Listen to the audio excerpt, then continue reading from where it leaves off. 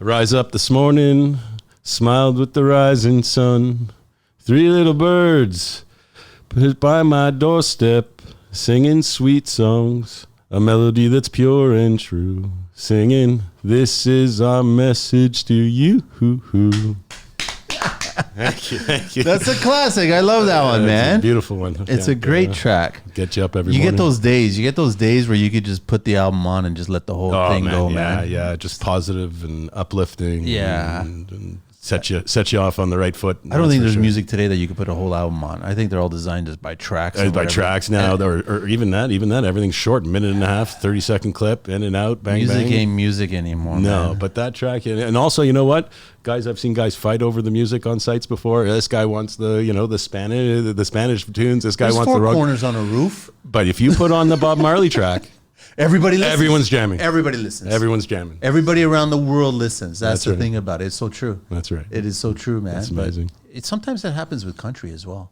I think so. Some country tunes. Yeah, some country tunes. Right? So, welcome to the show, Jake. Thank you, man. I appreciate being here. I'm excited about this. I know we were chatting for a bit, and then we obviously have a Kevin Bacon going on. Zeke from ZZ's there, right? Zeke, yeah. That's where the connection is. And he mentioned you on the show, and he couldn't stop praising you and the work that you've done for him. Appreciate that. And you got a solid business going on. So, how long you been doing the roofing biz? Well, in construction, I've been probably since I was 20. Bought my first hammer at 26, as a matter of fact. I can tell you the date. What was it, East Wing? I don't actually remember which hammer it was, but grew up the son of a preacher. I grew up with books. Then I kind of went through this midlife crisis, didn't know what to do with myself. One guy said, "Hey, why don't you try the George Brown program, renovation restoration?" I said, "Okay." This would have been back in the 90s? Yeah, a little bit later. Starting, I'm a younger fella. Don't let the great fool you. How young are you? And you're younger than me. Yeah, I'm 44. Yeah, okay, yeah, I know. So we're all getting older. So they provide you a list, and I bought my first hammer. So I started in the industry that way, and that quickly just brought me towards. I spent 3 years as an apprenticeship plumber.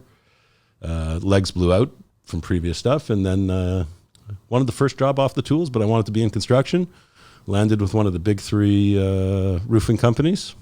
Started off as the errand boy, and as we all do, within a very short time, I was managing the East End of Ontario, which was a pretty big run. So I did that for about a decade. Did you know the hustling was going to pay off?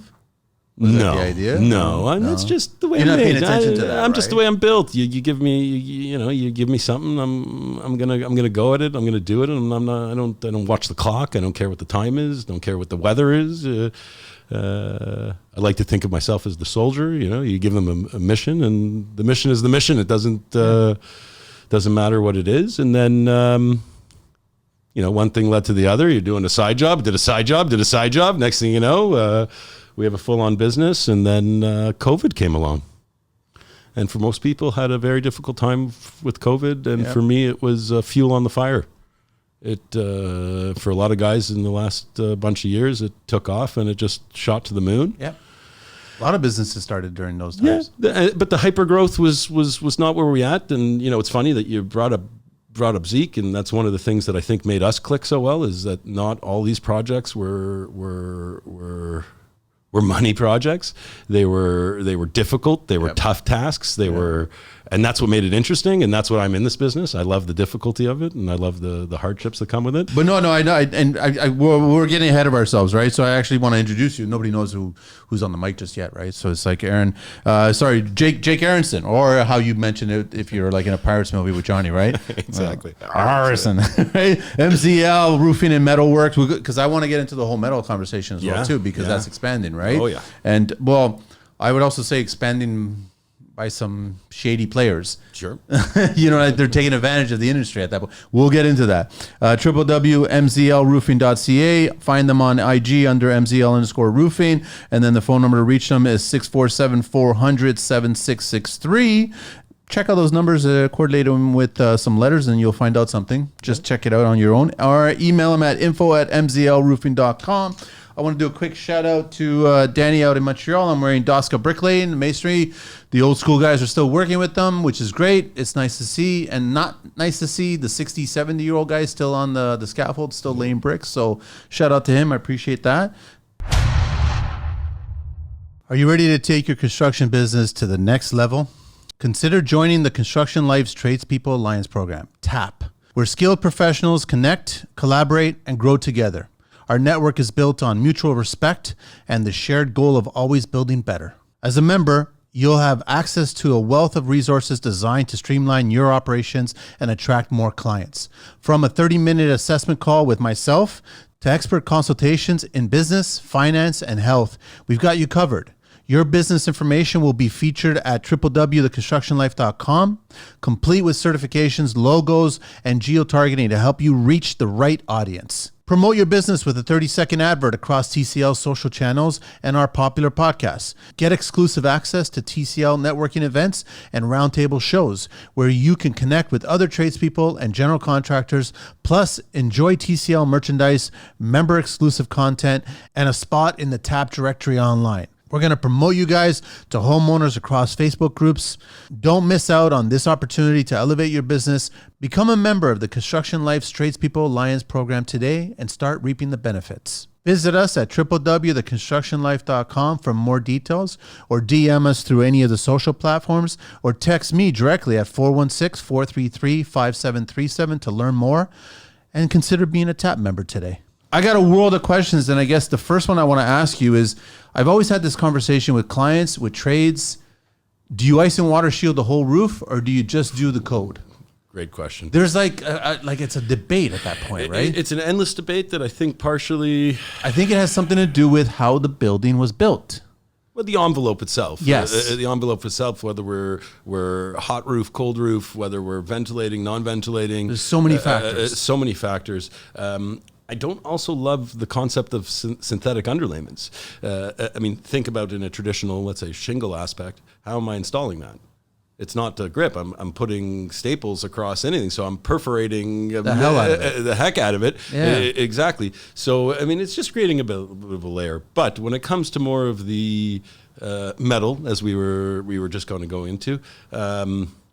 I enjoy it. I like fully. So when covering. you're doing a metal roof application, yes, you ice and water shield. Generally speaking, Okay. Generally speaking, And then traditional shingles, if you're going asphalt. Yeah, I'll do the 3 feet, 6 feet, pending bell curve or bell eve for those that don't know it. I'll go 6 feet, and then we'll usually synthetic it the rest. But Well, a lot of kids that get into the business don't realize that OBC, that code number of 3 feet, starts at the roof. It starts at the wall line. Correct. Not at the soffit line. That's correct. And the soffits these days are generally 16, 18 inches. So you're already going an extra almost 2 feet to begin with. Yeah, so technically speaking, you put in one row, you're not meeting code. No. Right? That's why you have to do a bare minimum two rows, right? To get it. I've actually had an application where I've actually had to ice and water the fascia. So we brought the fascia. We ice and watered the fascia up onto the eave, 3 feet moving on. I kind of like that. So that kind of brought a thing. So then anything can capillary back and can't go on itself. It's the winter months. Yeah. It's the ice damming. And again, one. if you're doing a lower slow pitch, whereas you're going to have a bigger ice damming effect, that we don't want things going behind that. And then as well, when you're doing these super long runs of gutters that everyone loves so much now, that eventually you also don't necessarily have the room to fall off to create the slope off the fascia. Yeah. That we're creating these buildups, and we're getting a lot of issues through that may not necessarily perforate in the house because it's exterior of the home, but 9 times out of 10 when I get called to a metal roof issue, usually it's because they didn't use the high temp ice and water and it's condensating. So 9 times out of 10 people. So technically, it's not a roofing issue. No, right? Because there's a hole in the envelope. And then and you only notice it during the colder months, right? Mm-hmm. Like you get that extreme cold on the outside, you got that heat on the inside. Especially if you like your black roofs. Oh, even worse, right? And these days, everybody. Black door, black garage doors, black roof, black soffit, black everything. That's right. And all you're doing is attracting more heat to that situation. And then you got minus temps on the outside. you're creating a perfect storm at that point. That's correct. Homeowners don't realize that, right? No. They just like to see it. They just like to see it finish, and I don't want any headaches whatsoever, right? Or they'll just reference oil canning because someone once mentioned to them about oil canning. All the catchphrases, right? Yeah, exactly. Is what's going on, right? The YouTube, the doctor on Google, what do they call it? Well, clients are notorious for that, but I also would blame a certain other group. All the young trades think that they get all the answers from that. Yeah. And I'm like, you know what, guys, at some point, you're going to need to be boots on the ground, boots on the roof to understand the principles behind what we're doing. That's right. You can't, I mean, classrooms are great, learning from that. It's a nice starter. It's a nice primer. It's a good way to get into and have an understanding of the industry and the trade, but you're really going to have to get beside, shadow somebody to understand why we do the things that we do. Yeah, we're getting less and less of those guys to teach now in the business, in the market. It's especially your trade. Like nobody's going towards roofing, man. No. The hard trades, and you know what? And unfortunately, I'll point the finger again at the government. They don't point. They don't go listen. Try roofing. Try metalwork. Try sheet.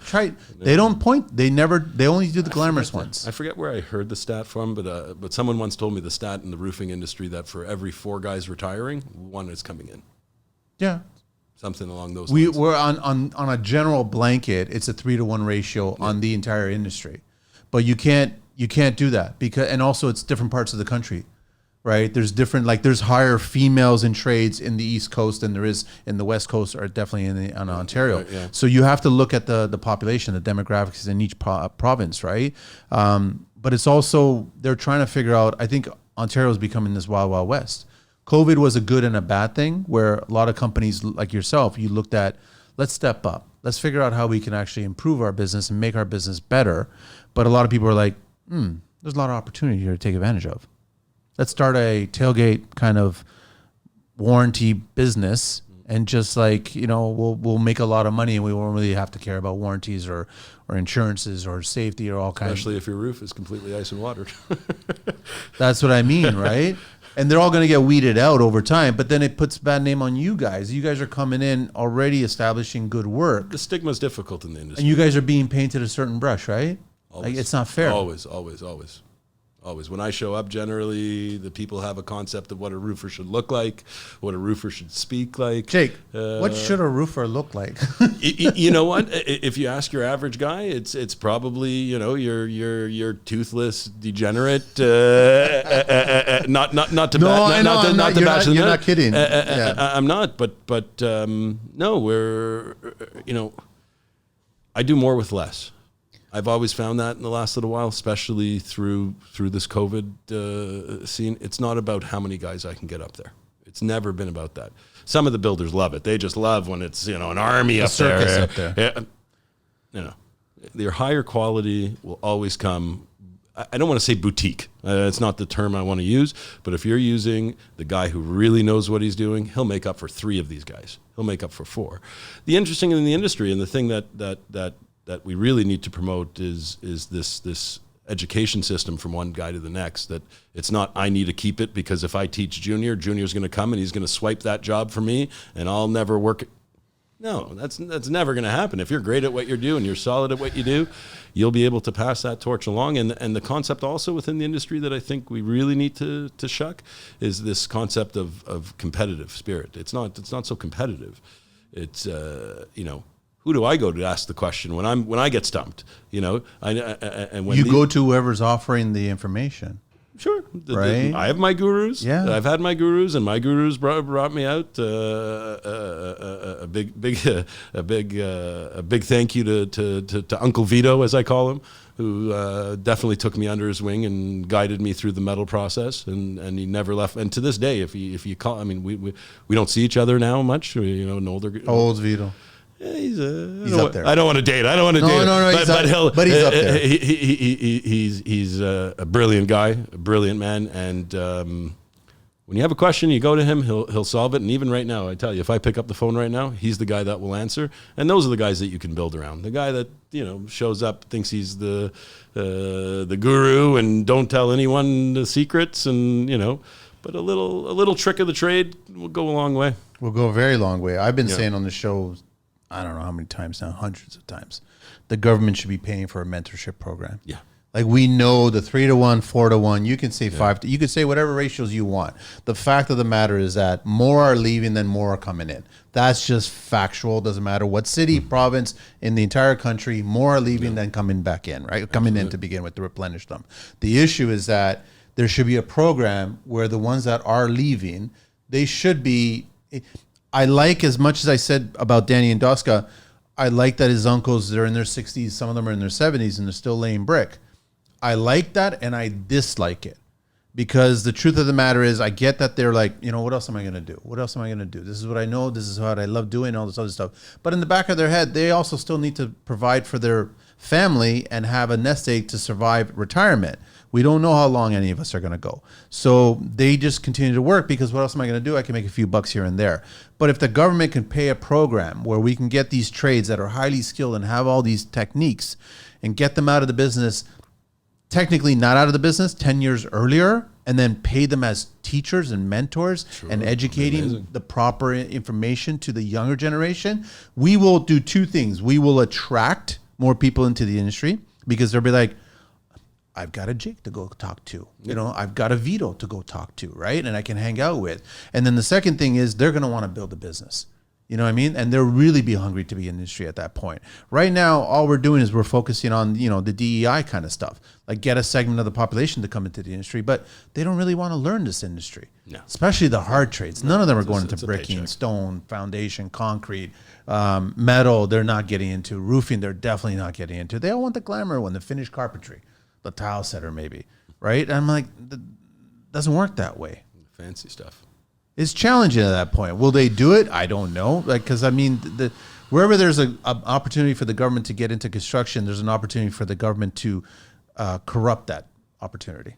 Usually. And then also you also have the unions that still are around, that still do some mentorship programs, and they still do some quote unquote trainings. But, you know, it's one thing to come into a fixed, beautiful air-conditioned studio on the ground here, set up a little roof and say, okay, we're going to do a 2x2 section, and we're going to set up on the roof. Well, that's half of it. And then you have the weather to contend with, the constant. You know, people always ask me, they're like, oh, the summertime, you must be crazy busy. I'm like, you should come talk to me in the wintertime. I'm crazy. And they go, how so? Well, that's what failures are happening. Well, it's more that my volume may be less. Daylight hours are less working hours. True, good point. Not this last year. This last year was great winter, but the year before that, we lost 40 days to climate just weather. Bad weather. And that's another side of it. Like, you don't have a guy who just doesn't want to be cold. You know, there's nothing harsher than starting a day 6 or 7 in the morning, and it is bitter minus. And you're like, I got to climb that. I got to get there. You have to be a certain kind of breed. That's for sure. But that's why a lot of the guys also, and we talk about the evolution of the roofing industry and you know, my evolution, you have the guy who's the shingler, and as he's growing in the business, how long can he be, you know, carrying around bundles of shingles? And eventually, you know, as my career's progressed and I've started moving myself more and more into the metal work, and that's a good segue, it's partially because it's a little bit easier on the body. Yeah, it's not as intense. I mean, your forearms challenging mentally though, Jay. More of a mental game. The numbers and everything, calculations. Sure. But I meant more on the physical side. Yeah, I meant true. Like you know, when you're crimping, you're grabbing, your forearms are burnt out. But you spend a day on the bundles. You know, your legs are shot, your back shot, your hands are hurting. Everything's gone. So I think the evolution of those guys need to also learn. And then you have the old timers who they don't know how to use a computer. They don't know how to send an email. They don't have any sort of... It's funny to watch them on an iPhone or on... Well, exactly. So when you talk about government programs, there also has to be a segue for a 60 or 70-year-old bricklayer who's been on the bricks for all his life of saying, hey, let's teach you how to use a computer here. Let's get That's a very good point. Let's progress and let's figure out what are you going to do afterwards? How are you going to fill your time? Are you just going to be the guy that shuts down the Zoom boom one day, leaves a note for your buddy, and you go home on the weekend and you pass? Heaven forbid. And I've had that in the industry. I've had a guy actually he loved working weekends. He would always leave a note for the guys as a joke that would show up on Monday saying, I stole all your work, or making fun of the guys. And he left a note, and he passed on the weekend. The guy showed up, took the note, and they went to go call him because it was a funny one, and just gone. Just like that. So yeah, I think it's not just about getting into the industry. I think there also has to be an end game. We got to take care of everybody. That's right. We can't just discard them for the sake of just, okay, they're done. We'll put them out the pasture and that's it. It's done. It's a very valid point. Totally agree with you on that, because they're stuck in their old school ways. They are struggling to use smart technology. When I got started in construction, they were just adopting smartphones. You had 60-year-old men adopting smartphones, trying to figure out, the query pad and everything that and the keypad, and they're like going. But they picked it up. They figured it out. But you're totally right. But it's the construction landscape is different now. But it should be a give and take. Like, we shouldn't be ignoring these men and women that have paid their dues tenfold. And these are the guys we need to teach. That's right. These are the guys that have to teach. Yeah. So I mean, perfect case is I'm not saying a podcast or a TV show, but that guy can probably put together content or coursework or guidelines that people can, Bible, if you will, that people can follow and come in. But he can only do that if he's able to. I'm not going to say he's able to write. Some of these guys in the industry who are in the industry because of their learning disabilities or whatever, maybe not able to read and write even, but how do they segue that information? How do we get that 40 years of experience on the bricks and we travel that to Junior who's coming up, who originally is coming to the job because he just needs a paycheck. Yeah. So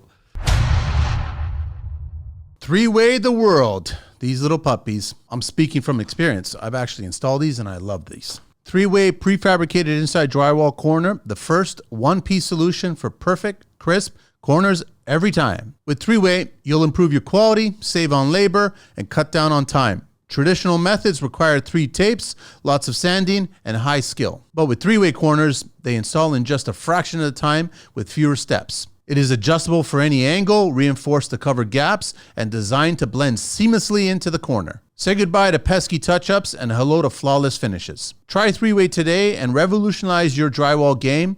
Perfect corners every time. To purchase or check out some how-to videos to see the installs in action, visit threeway.ca or connect with them at 306-514-3768 or drop them an email at threewaytheworld@gmail.com. Connect with me, TCL, and stop by the studio and get a free pack on us for anyone to try. And trust me, I'm telling you, you'll love it. This message is proudly supported by the Construction Life. Yeah, it's fascinating, and I'm still learning. And I think that's one of the interesting things that I love about construction is if you have a guy that says I know everything about construction, nah, you don't know anything. That guy about needs to go to an optometrist. He just doesn't understand that he hasn't seen anything, right? That's right. And if we can pick these guys' brains, anybody learns, or if you speak to any high-profile athlete, they will always talk about they'll talk about the John Woodens out there. You know what I mean? Depending on the sport, they'll talk about the teachers that taught them a certain lesson to guide them a certain way and how valuable those lessons were. It applies in construction. Amazing. We have the all-stars in construction that have this information that will, they're not going to be perfect with everybody, and they might be, for the most part, really rough around the edges. You know what I mean? But you got to connect with them at their level. Simple as that, right? You just I've had my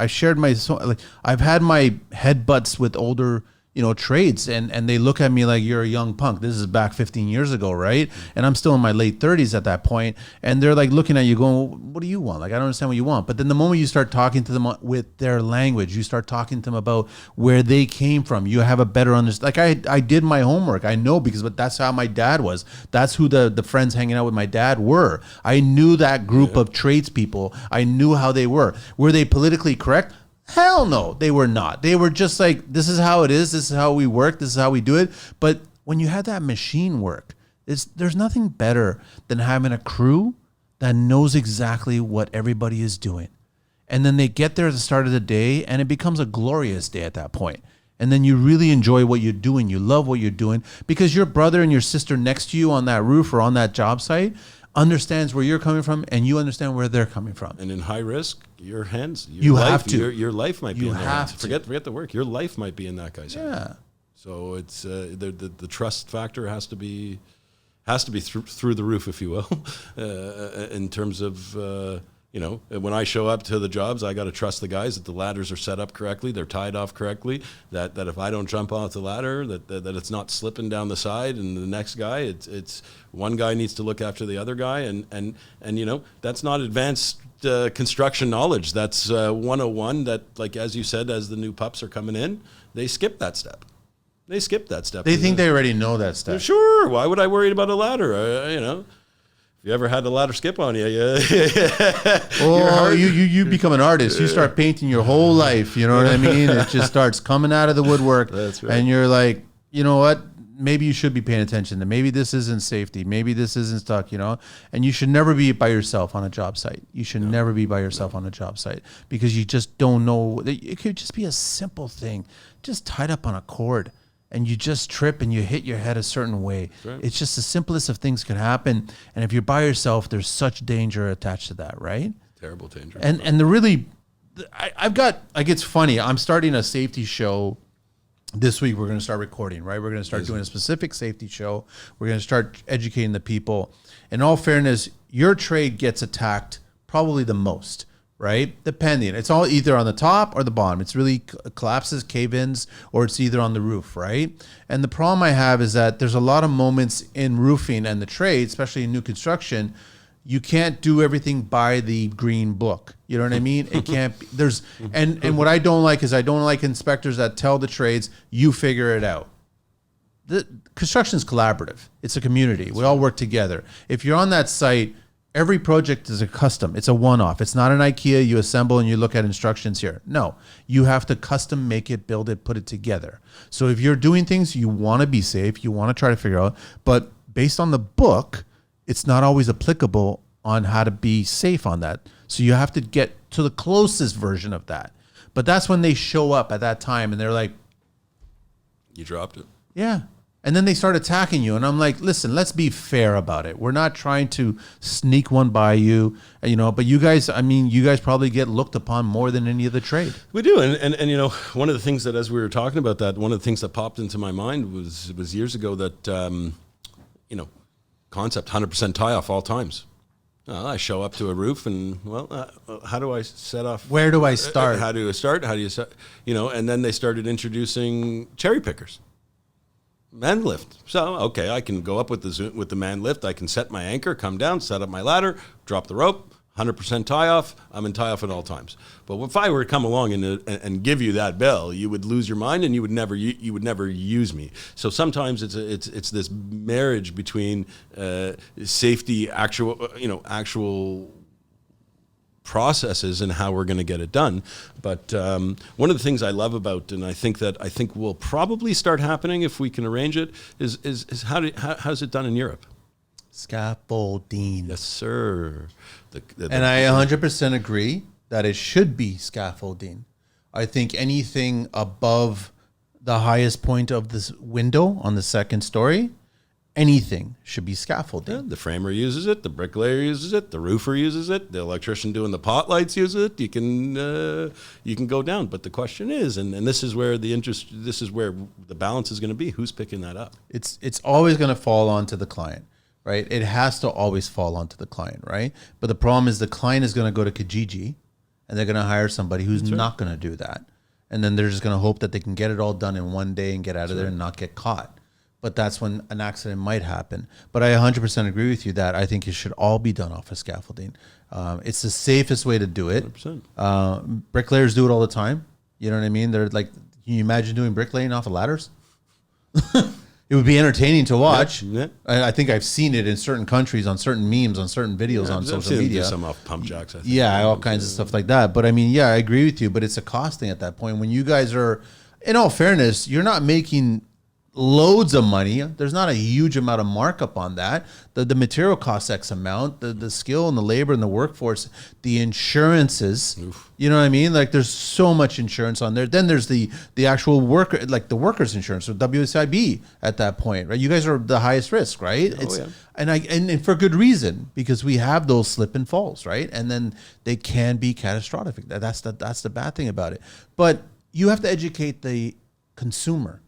So the ministry can't just be going, we're educating the trades. They have to tie off. Doesn't matter how this looks, but I don't know how you're going to tie off, but you have to figure out how to do that. No, you need to be educating the consumer, saying that a roof should have scaffolding, and this is what it's going to cost. This is the parameters of what it's going to cost. I've told clients over and over, there's always 3 numbers that are very close to each other. Any number that's too low or any number that's too high, those 2 jokers are jokers. You shouldn't be hiring them. You should be focusing on the 3 that are pretty close to each other within a 5 or 10 point.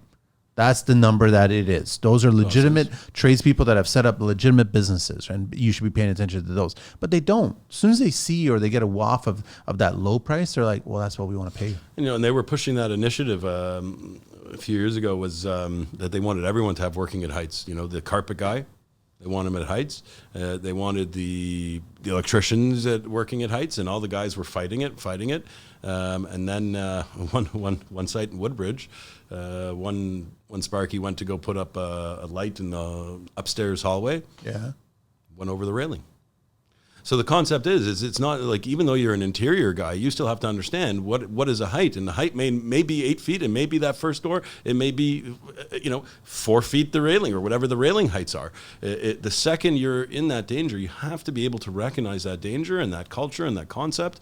And roofers, I go on that low pitch. That's when I'm not tying off, because it's so low and it's so easy. 9 times out of 10, those are the roofs that they fall off. It's not the steep 12-12s. No, because they're scared shitless. Their every move is hung on. But that easy, your easy bungalow. I'm not. You get on morning frost. Boom, boom.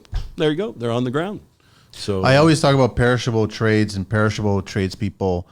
And you guys, it worries me. Listen, I was young, and you're like, oh, you're invincible. You can carry this much. You can carry all this other stuff. And I'm like, there's never a need for it. I don't need to see roofers carrying 3 or 4 bundles at one time. I watch those videos.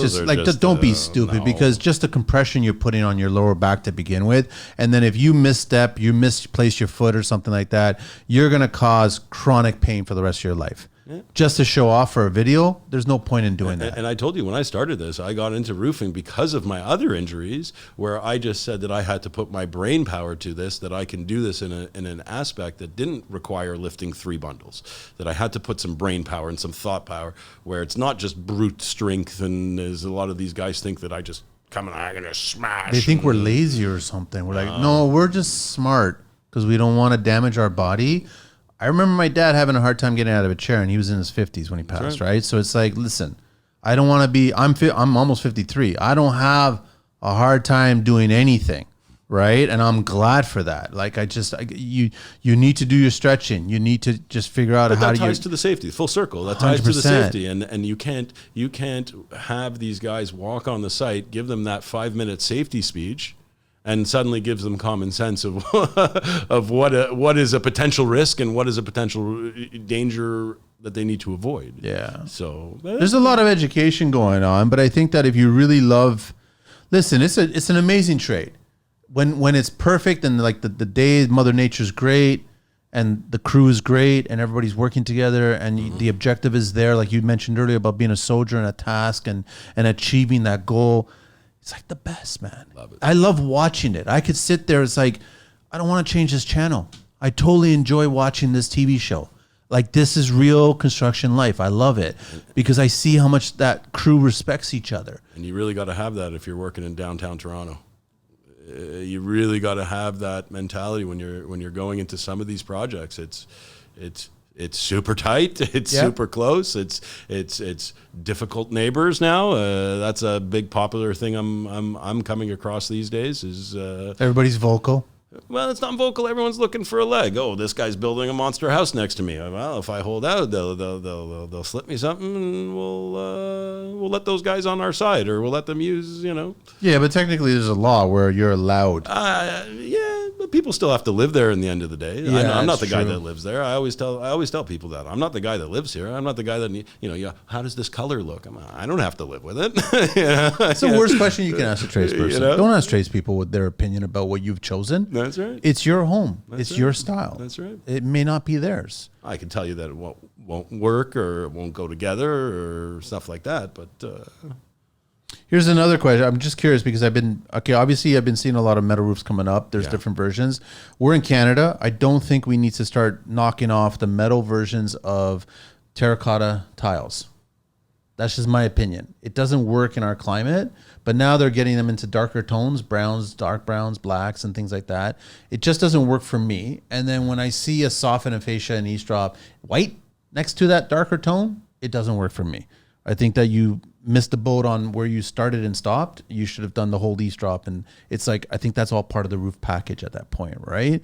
But I think the metal part, the metal roofing part, I'm fascinated by it because of the longevity of it, but it has to be, I have always said this, where it's like, you can have great products, but if it's not installed properly or by a professional, that great product is going to fail. That's right.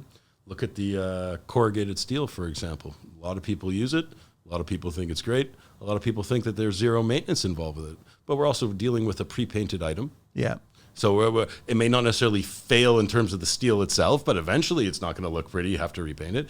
And then we're using fasteners with the neoprene washers. Yeah. First of all, if that neoprene washer wasn't installed correctly, which sounds like such a menial task of screwing it's a screw. It's a screw. But over tighten, under it cause a leak. No, it's a specific spec to design fastener. It's not a screw. Correct. It's a correct. Yeah. No, that's what I mean. Is that there's skill behind that installation. That's correct. Yeah. And what I mean by that is that still requires maintenance. You have to change those screws out eventually. So yes, there is this concept of that I'm never going to have to do anything, which is kind of a little bit off. But then there are some of the standing seam double lock that copper that would probably outlive us in a long time, minus obviously natural disasters or stuff like that. I love the product. I love it. I'm a big fan. There are numerous pitfalls within it, as you're mentioning, and now they're coming up with what's the terminology? The lazy way. The snap locks. Oh. You're giving the impression of a standing seam, but it's just a click. We just tapping it in place kind of idea? Yeah, it's kind of like a hook and Wow. pressured in together. And I'd be nervous about that. Again, if done correctly, okay. Yeah. But that's the concept. But that's the theme that we're going with, and the theme that culture we're going with. But yeah, if that saves you a few bucks to be able to get the look that you're trying to achieve and whatnot. I mean, it's been a product that's been used for a long time. It's not a new thing. But when you're getting, let's say the more like the farmhouse, tiles that I think you were just starting to go with. I think those are great, but I think people misunderstand what comes with that. Yep. That sound of the rain. Some people don't like that. And that's where I was going to go with this, is that first time people that choose it, for the look of it, don't realize that there's another side to this, right? And me personally, I like the sound of the rain. I love it. Inside the house, on like outside, gloomy, and it's raining, and I hear that sound, I love it. Consider Expert Plumbing and Drains. When it comes to plumbing, you need someone who's not just skilled, but truly cares about the job they do. Someone like Aaron Bolin and his team at Expert Plumbing and Drains. Aaron has been in the trade for years, and he's built his reputation on one thing: commitment. Commitment to his craft, his crew, and most importantly to you, the client. At Expert Plumbing and Drains, it's not just fixing pipes, it's about delivering the best possible service every single time on every single project. So whether you're dealing with a leaky faucet, a stubborn drain, or planning a full plumbing overhaul, Aaron and his team are ready to tackle it all with skill, integrity, and a passion for excellence. Need help now? Call Expert Plumbing and Drains at 905-531-4111. That's 905-531-4111.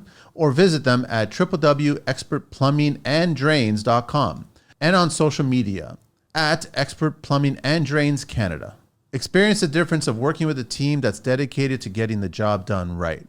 Because at Expert Plumbing and Drains, your satisfaction is their top priority. You can also email Aaron directly at aaron@expertplumbinganddrains.com. Expert Plumbing and Drains, where expertise meets care. This message is proudly supported by the Construction Life. I'm just finishing a project up in Trent Hills. Beautiful property. We were there one day on the rain, and we were talking with the guys on the deck there, and everyone just kind of stopped for a few, like literally the middle of a meeting. Everyone just kind of stopped and was everyone was just kind of looking around, and we all had that vibe. And you go, that's why you put the metal roof there. You needed one guy to bring up chimes on the phone or something like that. Exactly so you can hear that. But one of the things that I'm running, and when you talk about the drip sound. One of the biggest things that's coming up now is that everyone's building a box. So let's get away from the standing seam for just a second. Everyone's building a box so we can get the maximum square foot. But what ends up with a box? You end up with a straight down pipe that they want the nice custom steel out of. Nice metal, nice rectangular box. But you're doing a 20-foot drop into an elbow. What do you think you're going to hear? You're getting wild water. Yeah, you're going to once the rain kind of speeds up or slows down. That's torture. Yeah, that's For me, not that's the same torture. Serenity Now sound with the rain. That's completely different than the standing seam. But yeah, I get nervous. Sometimes I drive around and I like and I dislike the idea of these downspouts, especially at a flat roof. You talk about boxes with the parapets and everything like that, and they're starting to now conceal all the downspouts. Oh yeah. It makes me nervous, man. Oh yeah. It makes me nervous because I don't know what extent the trade knew about the building envelope behind My philosophy that. there is hard pipe. Anything concealed, hard pipe. Just hard pipe, eh? Why? Why am I going to put a mechanical connection and hidden in it's the going wall? to fail over time.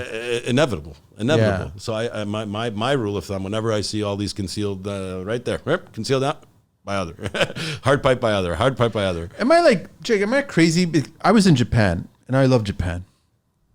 Those downspouts, man. Those waterfall rain chains. I love them. Yeah, they're becoming also really, really popular now. Especially now with I think they're mostly amazing in the wintertime. It's not the ice, the way it forms. The icicle, that to me is that's fantastic. Is it going to be the kind of, because I don't see it in my neighborhood. I've only seen it in a handful of places where I go around the city. Yeah. Is it going to be like copper where all of a sudden you start putting this in, people are going to steal them? Like, are they going to go that ballsy kind of just? I don't think so. I think people realize that there's some ornate teacup chains, and there's all kinds of things. And then there are the guys that want the rustic, where you walk into Home Depot, you roll it off, you cut it off, and it's the chain you used to. But people are always amazed. Yeah, it's the cause and effect of it. It looks so amazing, but no, it's your typical chain that you're just picking up. All you're doing is you're cascading water. That's all you're doing. But here's where that runs into, and this is, I'm also going to digress back to the standing seam. One of the issues also is when you mentioned earlier about building code. When it comes to standing seam, tell me what building codes there are. There isn't any at all. At all. There isn't any at all. Not how many fasteners. I'm still upset that there's no inspection of a roof. Yeah, makes sense. But good luck getting them up there. But these days with the drones and whatnot, it's not too foreign to be able to at least get eyeballs on it. I mean, we pressurize pipe. We used to do it at where we had to fill it up with water, but now we're pressurizing with air. Mm-hmm. So we test that out. You have framing testing, which is strictly just a structural component. So you're trying to follow the point loads. You're trying to find certain structural beams and things like that. I get it. You're going mechanical runs now. So it's heat loss calculations, all this other stuff. But I'm so confused by the roof because, and this is where I get into the argument with clients where, why are you squawking at this price? You need to find a good quality tradesperson who knows and has the experience to install this product. You need to choose a good quality product to begin with and then have it installed. And here are the reasons why there's this whole grocery list on why you should be choosing and paying for this. That roof is protecting every single thing under you. You know how many jobs I go to that the house has been completely gutted, completely renovated, and it is just the 20-year 3-tab shingles that are. I'm so confused by that. I think it's kind of the culture of out of sight, out of mind. It's also when you know, as I think some homeowners are, you know, they want to bring people into the home and come in and see my house, come inside and see the inside, look at the. Some people do, some people don't. You may see as a tradesperson, you walk by, you see the roof. But generally speaking, unless it's an ornate, again, if it's your standard shingle roof, I don't think most people pay 2 cents to it. If it worked for 20 years, it will work for 20 more. You know, my dad and I have this conversation that I think that I started putting a 12-year rule in my house. My stove, my dishwasher. You're getting 12? If I get 12, I'm on borrow. Hang on, I'm on borrowed time at that point. That's true. I'm on borrowed time. My roof, if it's a shingle roof, depending on elevation. You're on a 12 on a shingle roof? The old shingle roofs. Why not? The old shingle roofs. I mean, if it's a light color, depending on elevations, depending on your slope, for sure, on numerous factors. How many penetrations? But I'm saying anything around that 12-year mark, you start questioning. to me, you're on borrowed time, especially the way things are built. It's a good point. So if it doesn't matter what you're doing, if you've lived in your house for 12 years and you haven't done a roof inspection, well, wait a second. You've just invested all that money on your house and you're not reoccurring and staying up on when that would have to be replaced or when that has to be looked at. And I get it all the time also with people who do, buying a new property. I got an inspector. Inspector come up. He stood at the end of the ladder, took 3 pictures, and the roof's totally fine. And I show up and he go, did you just get an inspection? And he goes, yeah. But it was in the wintertime, so they wouldn't go up. I go up on my roof 3-4 times a year. Yeah. Because I've got large trees. Sure. And I know that, and I've got to clean gutters. Yep. Right. And I go up there and I walk around through the roof vents for exhaust pipes for bathroom fans. I go up there for vent stacks. I just want to see what it looks like around the flashing. I want to inspect the shingles themselves. I already know that my shingles are getting to the point where it's like, you got to start considering a new re-roof right at that point. I know a guy for you. Yeah. So don't worry, the phone calls will be happening at that point. But that's the thing about it. It's like and as a homeowner, first of all, I would never recommend a homeowner to go on their own roof. No. Never. But obviously you guys... they want to come up with us a lot. Yeah, but that's a mistake as well, too. Like, listen, I'll take some pictures or I'll take a video and I'll show it to you, but I'm a professional enough that I can go up these ladders, no problem. I don't need you as a homeowner slipping and falling on your own property at that point, right? Let the professional go up there. Well, legally, again, if we go back to this whole safety concept, if you don't have working at heights, you legally can be up there. And now, tie it back, and I have a little card I play up my sleeve. Whenever I put a roof hatch on a, I make them sign the Dickens away. I'm not if you go up on that, I'm not responsible. You have I saw the roof hatch there that Artistic is selling, right? Are they there's many different versions. There's different versions. It's a smart idea. It's fantastic.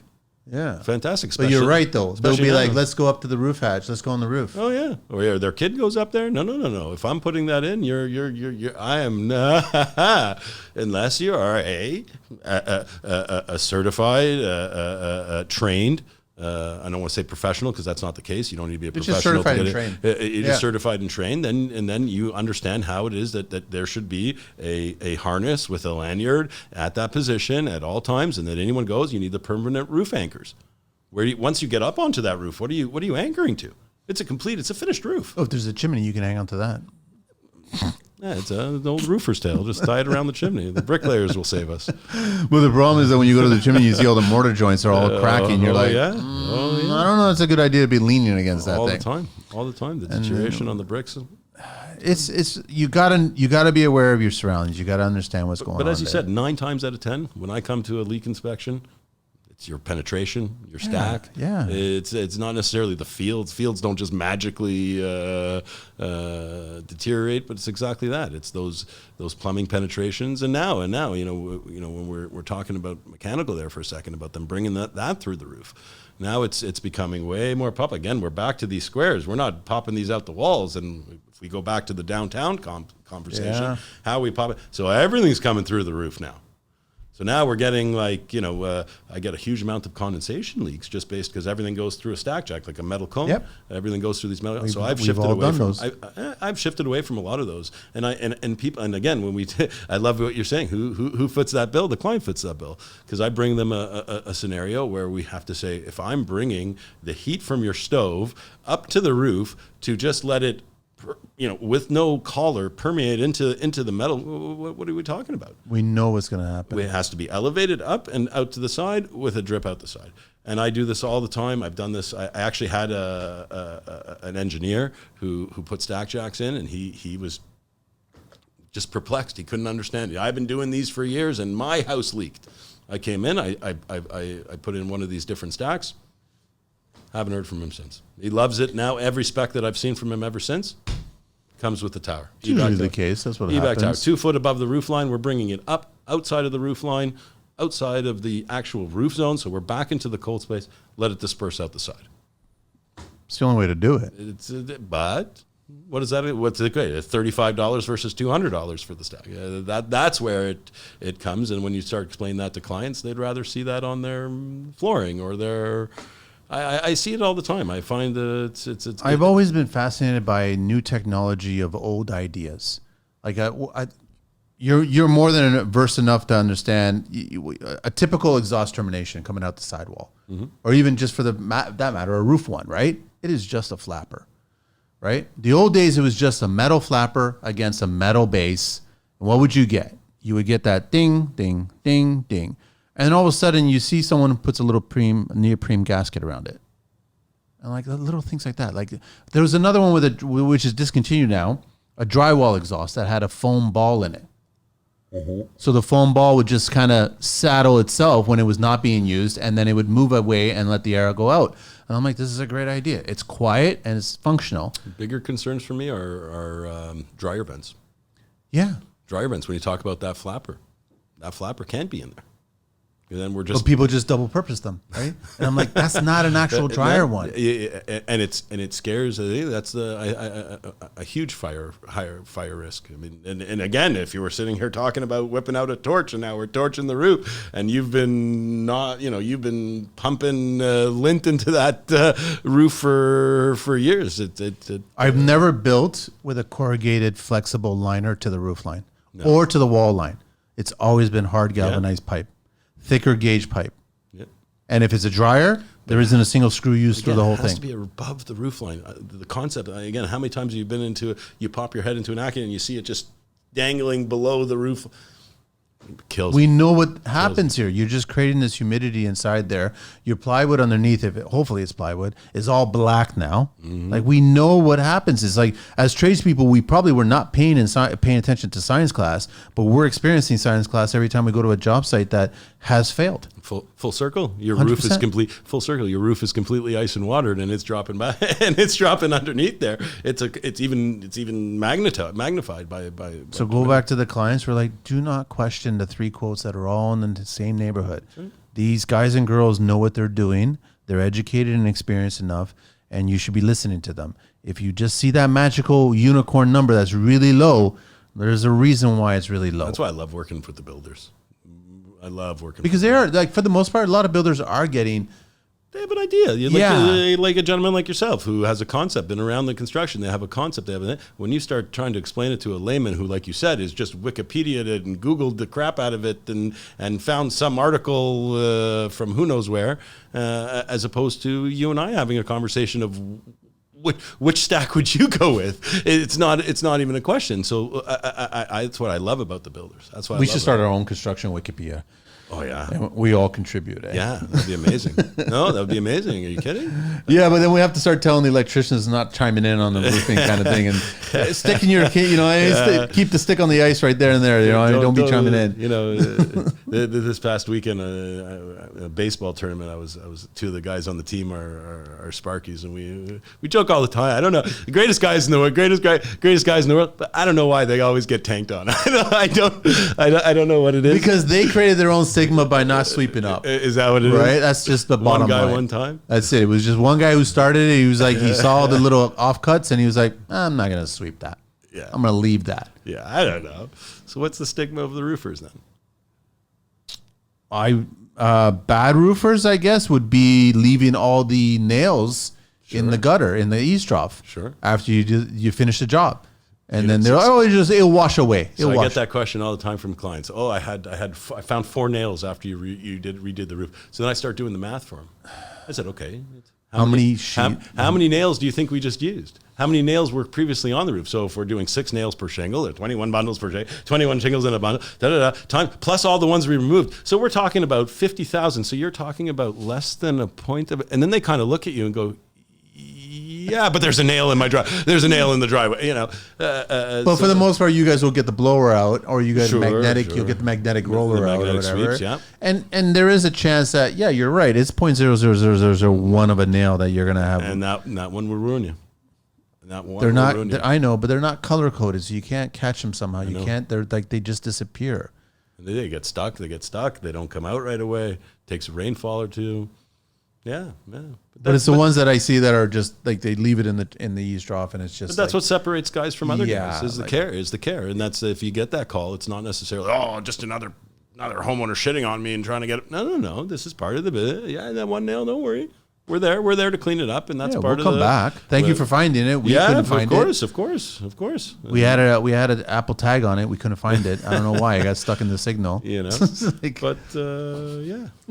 Do you, when it comes to metal, are you getting clients? Are you diving into copper and the galvanized? Are you getting into that kind of world or anything? Sure. You do tackle that. That's hard. Protect your investment one drop at a time. Your home or project deserves the very best when it comes to waterproofing. Trust nothing less than the service that guarantees you peace of mind and lasting protection. Meet Antonio, the expert behind Aqua Stop Waterproofing. Whether you're a homeowner wanting to keep your basement dry or a contractor in search of a reliable partner, Antonio and his skilled team deliver unparalleled quality and service. From the first site assessment to the final backfill, every detail is handled with precision, ensuring your project is completed on time, on budget, and to the highest standard. Antonio's team doesn't just solve problems, they prevent them. With a proven track record of working with insurance companies, educating clients, and using the best products available, Aqua Stop Waterproofing offers a solution you can depend on for years to come. Experience the difference with a team committed to excellence. Antonio and Aqua Stop Waterproofing are your go-to professionals for all things waterproofing. Get in touch with Aqua Stop Waterproofing today at 647-631-4144 or visit them at www.aquastopwaterproofing.ca. For direct inquiries, email Antonio at aquastopwaterproofing.ca. Let's make sure your property stays safe and sound, rain or shine. This message is proudly supported by the Construction Life. My concept is that I'm one stop. For a builder who's building numerous projects, you don't want to deal with 25 trades within one trade. Not when it comes to that. You want an umbrella. Yeah. But do I think the shingle guy can do the metal? No. Do I think the flat guy's doing the metal? No. So there is a level. That's why, you know, again, not to go full circle, but that's why I said sometimes I do more with less. And sometimes you have to get the guy that's learning the metal and works the metal, and all he does is metal, and he's going to be slower. It's not going to be coming million smash. The copper, I think it's priced itself out of the market a bit, just because it's a certain breed where the sheet pricing is kind of just too much. But I think people want this high glossy, glamorous look that just kind of oil cans. You know, if you were to ask me, you know, what am I putting on my roof today? I'm putting a textured metal. Textured metal. Panels or standing seam. Standing seam, yeah. But I meant more. There's a few reasons for it. One, you wouldn't see the deflections as much. The snow retention, the coloration is the well, paint texture. is You wouldn't have to put the snow clips on them, right? I do. You still put the snow clips on them? I do. Well, depending on what we're dealing with, but 9 times out of 10, I always do, and I have had it numerous times where people didn't want to do the snow guards. What? Then the neighbor came knocking? No, it fell on their car when they were pulling out of the driveway. And that force is actually going to damage the car. Oh yeah, 100%. And then they're calling you, go put it on. We need it on now. yeah, no problem. And the 9 times, I see it all the time. And some of those clips are not cheap. No, because they're serving its purpose. Well, it has to be, again, if we're going back to that concept of snap lock. The snap lock needs one versus the mechanical lock would need a different version of your fasteners. So clips. So I personally put snow guards on everything as much as I can. I recently had a conversation with a client, and I just made the suggestion of skylights, and they're like, "No, we don't want it because it's going to leak." And I was like, "Where'd you get that Google information from?" Like, there's a lot of good skylight companies out there, but again, we go back to who's installing the flashing around that, who's actually weatherproofing it around that, or who framed it. Who framed it as well, too. 1 second. You know, you mentioned earlier about everything being parapet heights. Well, is that if there's a backup and everything's at it, and my curb height is 4 inches and my parapet height is 12 inches, well, where do you think when it's we all get that record snowfall? Where do you think it's going to go? Of course. So I think with a little bit of and you know, more and more now, and actually, I believe it was Artistic Skylights, one of the premier Canadian ones. They just increased their slope. Most people think the skylights are supposed to be installed flat. They've just increased it to a 15-degree slope now. No. So originally the spec was 10. Yeah. And they've actually, in the last little while, have increased it to 15%. 15 degree. That's good on them. That makes a lot of sense to do that. Absolutely. I've always framed it that way with like guys, there's got to be a little bit of runoff here, right? Oh, no, how many times I show up and it's just a 2x6 grip. So yeah, those scare me. Those scare me quite a bit. We service skylights a lot, and again, skylights, the seals can blow. People, going back to my 12-year rule. Going back to my 12-year rule again. Here we are, circular. After 12 years, I think you're starting to have to start looking at some of those seals, whether it needs to be tuned up. It's not going to last forever. Skylights don't go forever. Nothing goes forever without maintaining it. It's the health benefits, though, Jake, that I actually like, that I try to convince clients on them, right? Like the extra sunlight coming into the house at that point. And not having to turn on artificial lights so early in the morning or late at night. You can just let the sun, I mean, depending on the position of that skylight and the position of your home, like it will add such, we talked about the sound of that rain. That sunlight coming in, dimpling into your home from that skylight is so beneficial. It's so worth it. Now I think I'm seeing a big, I would say, fashionable trend where they're bringing in more of the commercial skylights now. Yeah. Like these, they're getting a little ludicrous though. They're like the whole roof now is becoming literally wild, and they want them ventilating, and they want 2 of the 3 ventilating. Oh, so you want a greenhouse on top of your house? Yeah. That's what you want. Yeah. Okay, all right, we can do that. But this one project that stands out in my mind, they did a window well that went to the basement. So when you talk about the light penetrating, they took it from the bathroom, it came down the wall of the bathroom, came all the way down, all the way to the basement. So this light was shining through all the floors. Wow. It was amazing. So when you talk about brightening up a home, it's not about one room. No. Who was that? That was my guys at Stein Regency. They did just a fire job, and it wasn't the craziest skylight. As far as I can remember, it was about 7 feet by 2 foot. And it was just the window well completely went down. Right through the second main floor, right to the basement. Phenomenal. So and it's nice to have that natural daylight in the basement. Man, when you're standing in the living room, suddenly you have this light. And again, not to beat the dead horse about the downtown and zero lot lines, and to be able to have that in your living room. You can't put windows on the sides.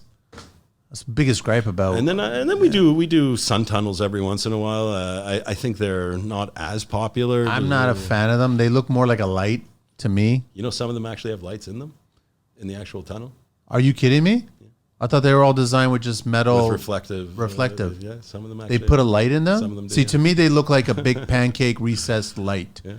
And I get it that it's daylight, but it's not the same feeling. Yeah. It's not the same feeling. When you go back to that rain thing, like I've got 2 4x4s that are open vented, and when it rains, I could see the rain, I could hear the rain, and it's very, very therapeutic, right? Mechanical or? Mechanical. Yeah. Not solar power. Yeah. There's a remote. Remote's probably looks like it's from the 80s. I was like, I want to go back to them and go, listen, put some wood veneer on this, man. They could suit it.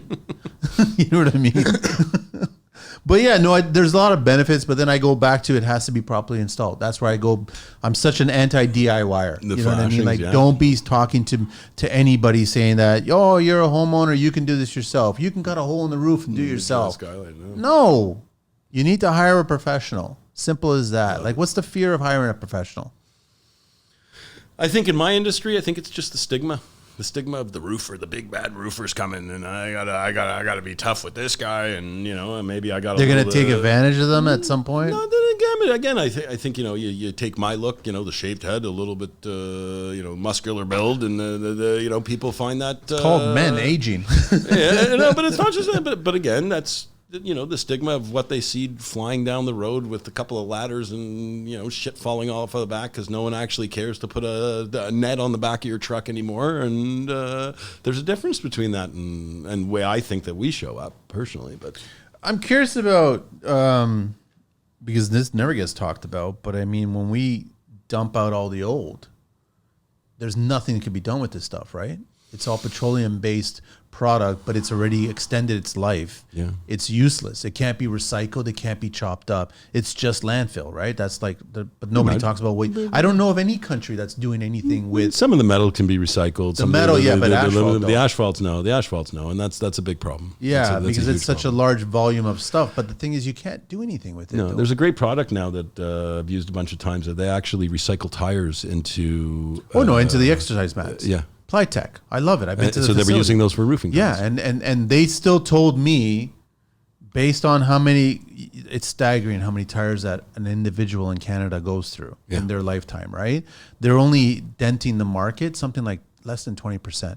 They're recycling as much as they possibly can, and they're at full capacity, and they're only denting the market. Like there's 80% of tires that are still either waiting to go to the landfill or they're just waiting to be used by them, which is crazy. But look, I have some clients that always ask me, "Oh, I want that patina look." You know, when we talked about the copper earlier, I love the patina. Yeah, but no one wants to wait for the patina.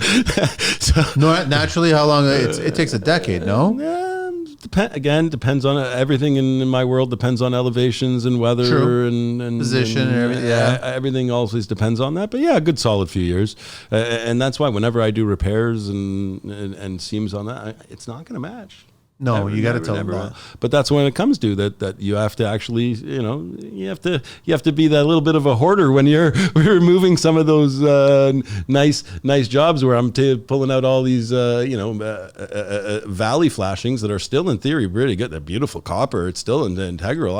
I store them like a little kook, and my guys think I'm nuts that I pay for a storage locker full of stuff that everyone else thinks is useless. But it's going to get used one day. One day. For sure, one day, right? If not, I'll on my own place. I figure on my own little projects. You get into cedar shakes, Jay? We do, yeah. Occasionally, yeah. Not a lot of demand for it, right? No, not anymore. Not anymore. Now it would be more synthetic. Now would be a lot more synthetic. Oh, really? A lot more synthetic. When you're simulating that with the synthetics is very, very popular right now. Really? One company in particular, EnviroShake, they're really cooking with fire. The pricing isn't so far apart, but from original, like an actual cedar. Yeah. Really? Yeah. But what's their warranty like? 50 year. You can get up to 50 year. Build the future you dream of with Generation Construction. Your home is where life happens, where your style shines, and where your future begins. Whether it's your first home, a space for growing family, or a place all your own, you need a builder who understands your vision and brings it to life. At Generation Construction, they ensure your home is everything you've imagined. Greg, the visionary behind Generation Construction, knows that today's homeowners, they want more than just walls. They want a space that reflects who they are. At Generation Construction, they don't just build houses, they craft homes that are uniquely yours. With a reputation for excellence, trust, and a commitment to working with the best, Generation Construction offers a seamless, stress-free experience that ensures your home stands strong for years to come. Contact Generation Construction today at 705-961-5562 in the Muskoka area and 647-381-0361 in the Greater Toronto area, or visit them at www.generationconstructionltd.com. For inquiries, email Greg at greg@generationconstructionltd.com. Let's build your dream project together. This message is proudly supported by the Construction Life. Yeah. That's like more than twice as long as a natural cedar shake, right? It depends. If it's installed correctly, the cedar will last longer. But again, it's not a thing where you're going to have 50 guys who know how to install that correctly to come up on a big roof and the metal work associated with that too. 100. See, that's not just a regular joker, right? And the trim work and when you get into the dormers and you have to make those transitions and you're a craftsperson at that point. You're skilled, like you're almost a woodworker. You're a woodworker. Yeah, almost 100%. A woodworker. We did one not too long ago, which was actually just mostly siding, which I find has longer longevity than it would be on a pitched roof and whatnot. Came up fantastic actually. It looks beautiful, but then I've seen some of your projects too, where you're doing the metal work on the walls and you're framing windows and sections of it as an accent kind of thing, and you could either do with the cedar shakes or you could do with metal. And I'm like, I'm divided. I'm like, that looks good, but that looks good. It depends, right? In my world, 9 times out of 10, there's an architect or designer involved, if not both. And usually that ends up coming, here, I'll mock one up, I'll mock 2 up, and then that comes in, and then the client swoops up and says, I like what that guy had down the street. Like whatever your dream is fine, but I like what that guy had. Let's do that. Yeah. Right? But even then, people don't realize what comes with that, and when we get called to the repair jobs. For a new installation, hey, cakewalk, no problem. But when we come into How a do repair, you do a repair, man? on a cedar, Ooh, yeah, that's a challenge. oh yeah. That's where it really comes down to it, and really you have to be able to really know how to do it. So it's not the new wall, no problem, no problem. That's the easy part. But again, you know, I'll give away one of my little tricks, and we're gonna tie it back to the metal and kind of carries through. But little tricks of, like, for example, on my standing seam panels, I use a backer rod. So, for example, I'll put a stream of backer rod in it. So basically, it gives that a little bit of a convex to it. So it actually, like, depletes it. So similar concept when we're tying it together with the shingles of you know, exposure spacing, making it look that top line up until the ridge line is actually a full shake versus that. So these little tricks and little trades that I think separate the trades. How'd you come about that?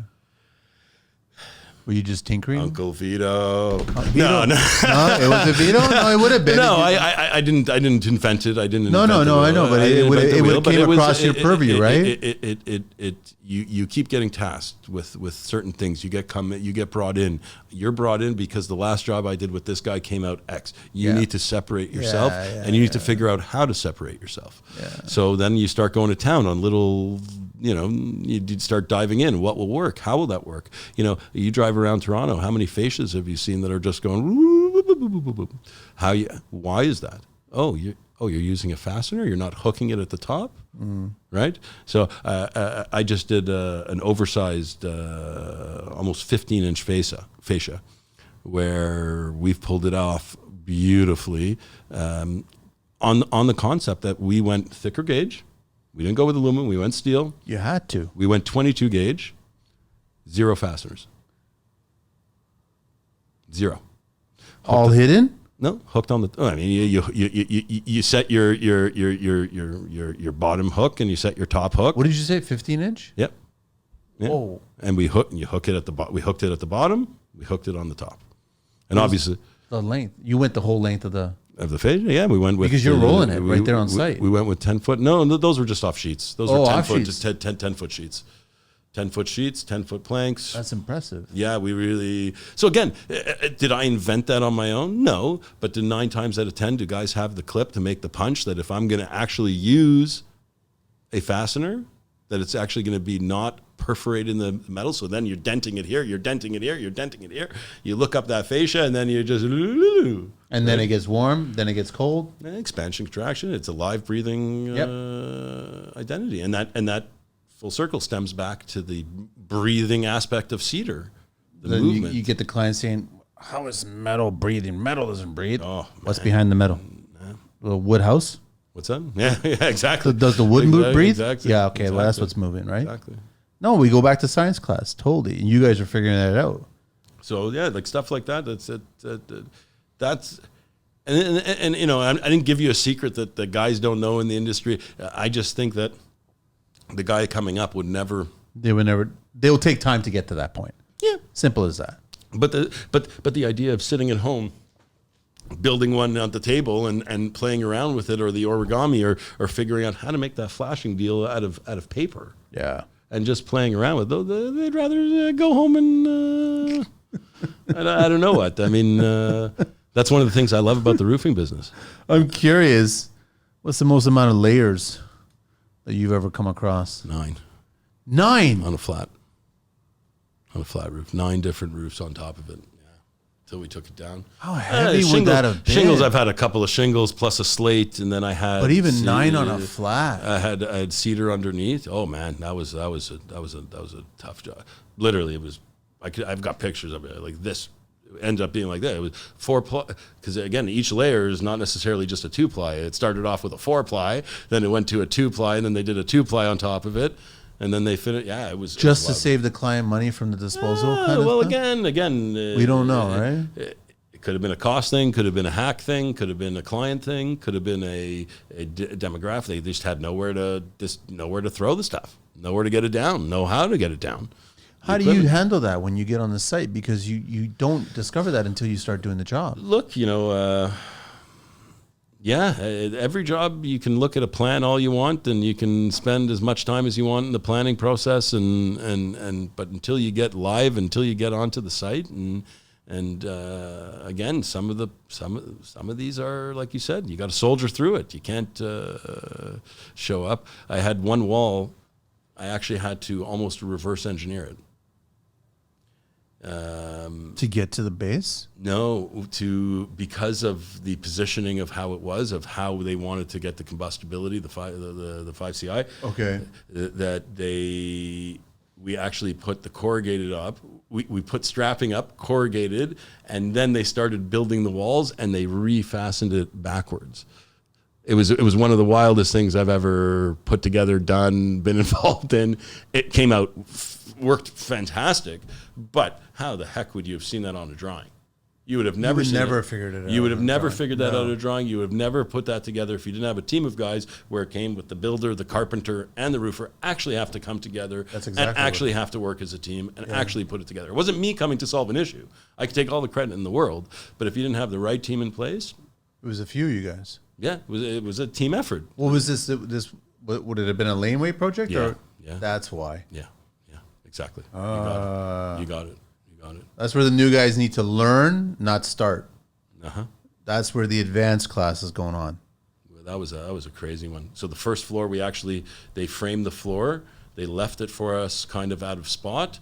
We insulated, strapped, closed it in, and then we slid the wall into place.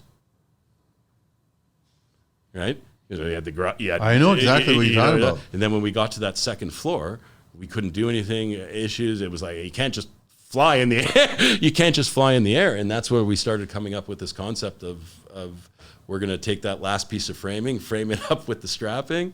We're going to have the siding on, and then we'll build the walls backwards and reverse fasten. So again, but those little things, you don't make money on those jobs. You go home and you learn. You go home and you feel like the king at the end of the day. And like when I see that video flash on Instagram or social media, 9 times out of people, no one caught it. You probably didn't catch it. But if you go back into one of those videos, I could show you which one it is.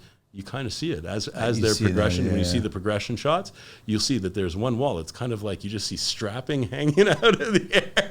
It was really cool. Did you have a conversation with the architect after the fact, or no?